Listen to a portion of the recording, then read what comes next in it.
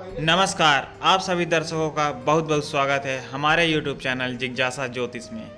आज हमारे साथ जुड़े हुए हैं महान ज्योतिषाचार्य तथा अंतर्राष्ट्रीय ज्योतिष रत्न से पुरस्कृत पंडित आचार्य रविंद्रनाथ शास्त्री जी।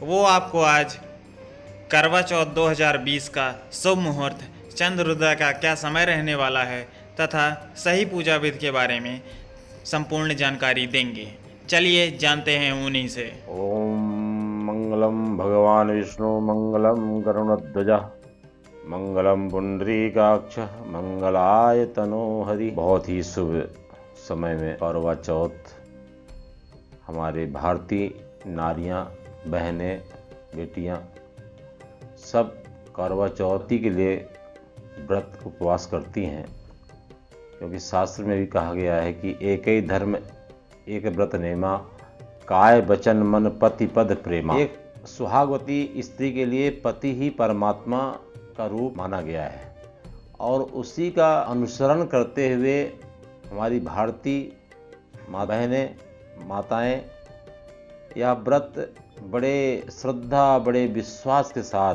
करती हैं।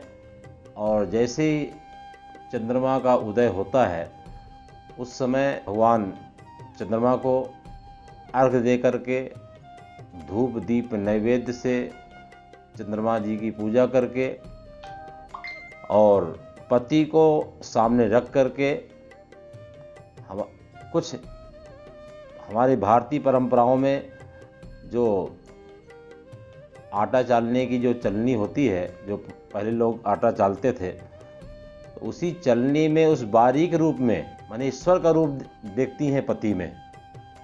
ये हमारी परंपरा आदि काल से चली आ रही है। यह परंपरा इस बार एक ऐसा महासंयोग बन रहा है कि भगवान गणेश चतुर्थी के स्वामी हैं और इस बार दिन भी उनका बुधवार मिल रहा है। बुधवार दिन मिलना और चतुर्थी का व्रत होना और करवा चौथ एक साथ होना, क्योंकि करक चतुर्थी भी इसको बोलते हैं, करवा चौथ भी बोलते हैं और दाशरथी चतुर्थी भी बोलते हैं और श्री संकष्टी चतुर्थी भी बोलते हैं। इसको 4 प्रकार के इसके शब्द कहे गए हैं। तो यह शब्द बड़ा भावनात्मक है और इस दिन महिलाएं सुबह से ही बिल्कुल कुछ खाती नहीं है और जब तक भगवान चंद्रमा जी को अर्घ न दे दें और उस अर्घ के द्वारा पति को पूर्ण रूप से पूजन न कर लें तब तक वो जल भी ग्रहण नहीं करती हैं। तो यह पूजा हमारी परंपराओं को, समाज को, देश को शक्ति का प्रतीक पूजा है और जब शक्ति होती है तो सत्य भी बिल्कुल खंभे जैसे खड़ा रहता है। इसलिए सत्य को भी यदि सुरक्षित रखना है तो शक्ति की उपासना बहुत ज़्यादा ज़रूरी है। आप सभी बहनों को, माताओं को करवा चौथ की बहुत बहुत शुभकामनाएं जिज्ञासा ज्योतिष की तरफ से। रविंद्र शास्त्री। चंद्र उदय 8:11 में चंद्रोदय होगा।